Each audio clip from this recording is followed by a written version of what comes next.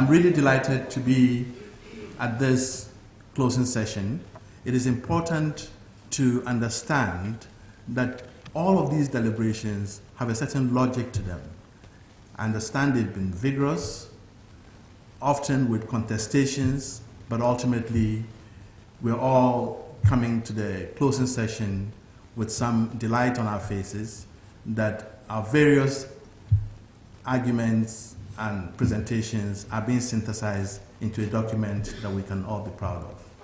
That notwithstanding, it has been felt that a conference of this magnitude and significance cannot end without some form of statement, a political statement, first of all acknowledging the vigorous energies and discussions that have taken place here, highlighting some of the key issues that you have discussed, and pointing to the eventual production of a document that we can all stand by. Stakeholders of Africa, Dr. Nimoy Thompson made a declaration in Accra on inequality in the context of structural transformation at the end of the 3-day.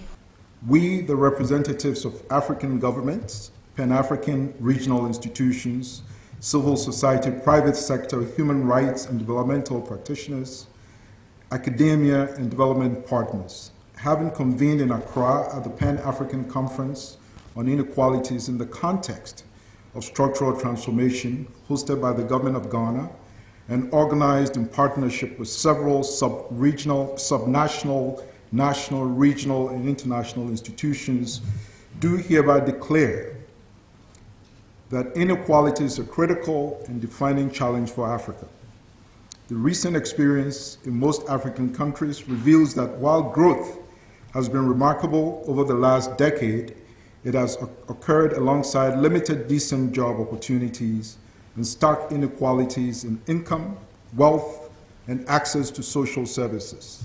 In many countries, the current growth pattern has actually increased the dependence on the export of primary commodities and minerals and often led to a premature deindustrialization and stagnation of agricultural productivity. The growth in African demand has therefore often translated into increased import of food and manufactured products and the export of African jobs and human capabilities. Furthermore, the trends for decreasing African ownership of its assets, as well as shirking retention of the benefits of its growth, are of great concern and speak to the heart of the global inequality problem. In this context, we appreciate the opportunity to build an increasingly common understanding of the complexity of inequalities as they relate to multiple domains, namely economic, social, and political, and cut across many different divides, gender, social groups, generations, and spatial distribution. However different and segmented inequalities may be, they manifest on the one hand the underlying structures of power relations across gender, social groups, and communities, and on the other hand, and even more so, they reflect the structures of inequalities between capital and labor, both domestically and globally. The different dimensions of inequalities, therefore, share common roots.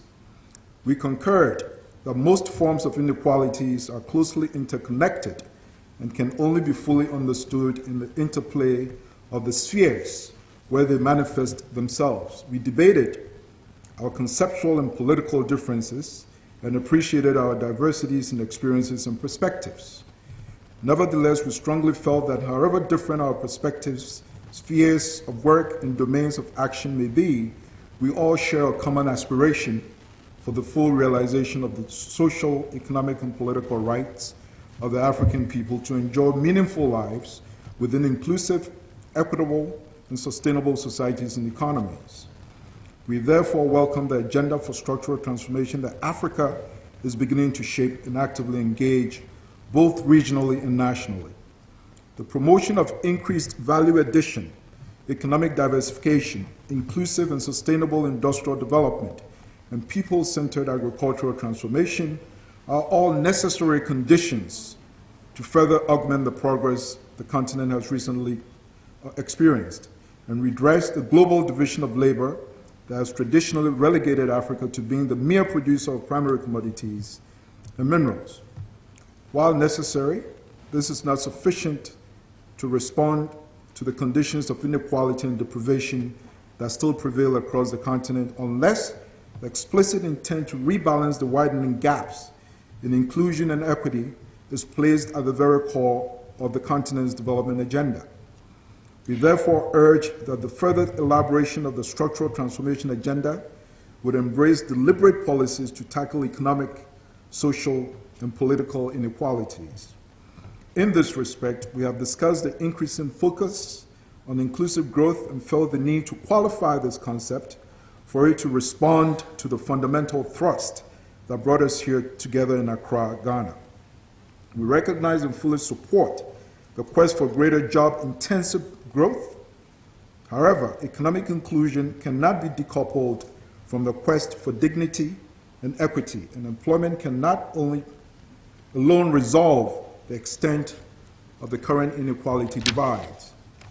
Deliberate policies to promote income and asset equality, facilitate human development and social inclusion, create decent and healthy conditions of work, and promote the sharing of political power and access to the benefits of national resources are all required to tackle inequalities and promote the real transformation of our societies and economies.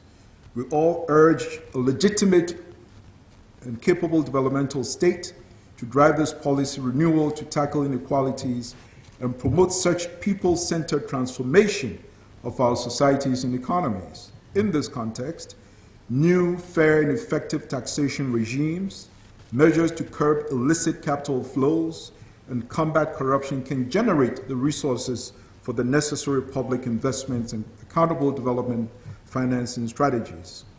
At the same time, the need for evidence-based policies requires significant investment in independent and publicly accountable statistical capacities to ensure that real social and economic needs and dynamics are located, addressed, and progress, or lack of it thereof, can be adequately tracked over time. However, the agenda for inclusion and equity requires a much broader agency than just the state. It involves a fundamental change in power relations and the democratic negotiation of a new social contract between citizens and accountable and developmental democratic institutions. We therefore welcome the diversity of actors in the conference as a solid base on which to build the necessary harmonious and participatory interaction for the full legitimacy of decision-making within our societies. Lastly, we're deeply committed to continue to deepen our engagement to tackle inequalities and promote the transformation of our societies and economies, to advance our common struggle for fair, just, and egalitarian societies in which the needs of the most vulnerable are given genuine priority in the process, action, and outcomes of the new development agenda. Signed, Accra, 30th April 2014, Ghana. Thank you. In his keynote address, Lord Paul Boateng, a former Treasury Secretary and a former UK High Commissioner to South Africa, said, Africans have our own traditional way of... We have our own traditional methods of arriving at consensus. And we should be prepared as we develop African democracy to recognize how those traditions too can be incorporated into the processes that we have to obtain a national consensus about what needs to be done. Power concedes nothing without a demand. Nothing will be handed to us. There is no way in which this continent will ever, ever, ever be handed anything. Anything. Without first and foremost a reality check being required. And the reality check is, what's the condition? The reality check is, how does this benefit Africa? The reality check is, how does this fit in with an agenda that has been set in Africa? African solutions to African challenges, African contributions to global challenges. We all have something to contribute. We all have something to learn one from the other. Honorable Fifi Kwete, Minister of State of the Presidency, speaking on behalf of Ghana's Vice President, His Excellency Kwesi Emisata, gave the... When His Excellency the President opened the conference, he charged all of you to venture beyond the goal of defining what we want in Africa and addressing ourselves rather to the challenging question of what Africa needs. To this end, I trust that the set of recommendations that you have drawn up from your deliberations over the last 3 days will reshape the current thinking and reinforce the African Union Commission-led Africa 2063 development agenda. This shift calls for the broadening of our understanding of the needs of our people, no matter where they live, people from all walks of life. The understanding that is founded on facts and statistics, on the characteristics of our population, to help us define who we are, where we live, the way we live, what opportunities and amenities are available to everyone in the socio, economic, and cultural milieu. In the same vein, if inequalities of the various dimensions have been ascertained, then it will require deliberate and targeted actions to bring about the needed change. One of the key messages from the Global Thematic Consultation on Inequalities in the post-2015 development agenda, of which Ghana was co-chair, was this: effort to reduce inequalities will require long consensus at all levels and large-scale policies that reach from the local to the national and to the global level. This effort will require appropriate policy and legal frameworks, actions to protect people from discrimination, and leveling up measures to enable those whose capacities have been harmed by inequalities to claim and realize their rights. Successful measures would not be piecemeal, but rather require a broad-based economic and social policy framework that is oriented towards inequality reduction. This in turn requires measures that are transformational in orientation rather than just marginal or incremental. Now, if the mere fact of achieving higher levels of development, exploiting our various nations' natural resources, transforming national economies, etc., has not as yet led to the narrowing of inequalities, we cannot continue to hope that the intense efforts at development will automatically bring about the more egalitarian society that we would want.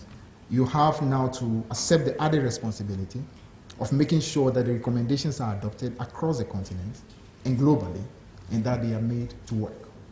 An advocacy and communication strategy will be strategic to getting the messages from this conference to the different targets. Some amount of discussions have already been set in motion in the national media. Some sensitization and public orientation have started in our country, Ghana, and should be intensified across the continent and beyond at all costs. We will need this done in every other country. The communication should result in bringing more people, Africans and non-Africans alike, to the common understanding that we have generated here. As a group, you will need to ensure that there are mechanisms in place not only to implement the recommendations from this conference, but also to monitor progress and be accountable to each other as we all commit to do our parts. The regional bodies that have partnered with us, the United Nations system, as well as our sister countries, will need to ensure that we continue the dialogue that has been initiated here in Accra. Let's ensure that we have an entirely different discourse when we meet again in the not-so-distant future. As co-chair with the government of Denmark, the government is pleased that the commitment that was made at the high-level dialogue in Copenhagen in February last year to bring the deliberations to the continent of Africa has been fulfilled, and we look forward to continued collaboration with you and your respective government to consolidate the African position at the various fora. We thank all our partners who have joined hands with us to bring this conference about and to bring it to a successful end. We hope the experience has been rewarding to every single one of you. Let us continue in this very worthwhile endeavor to engender the much-needed inclusive government and to reduce inequalities across our continent and the world at large. On this note, on behalf of His Excellency the President, John Dramani Mahama, I wish to declare the conference closed. Thank you very much.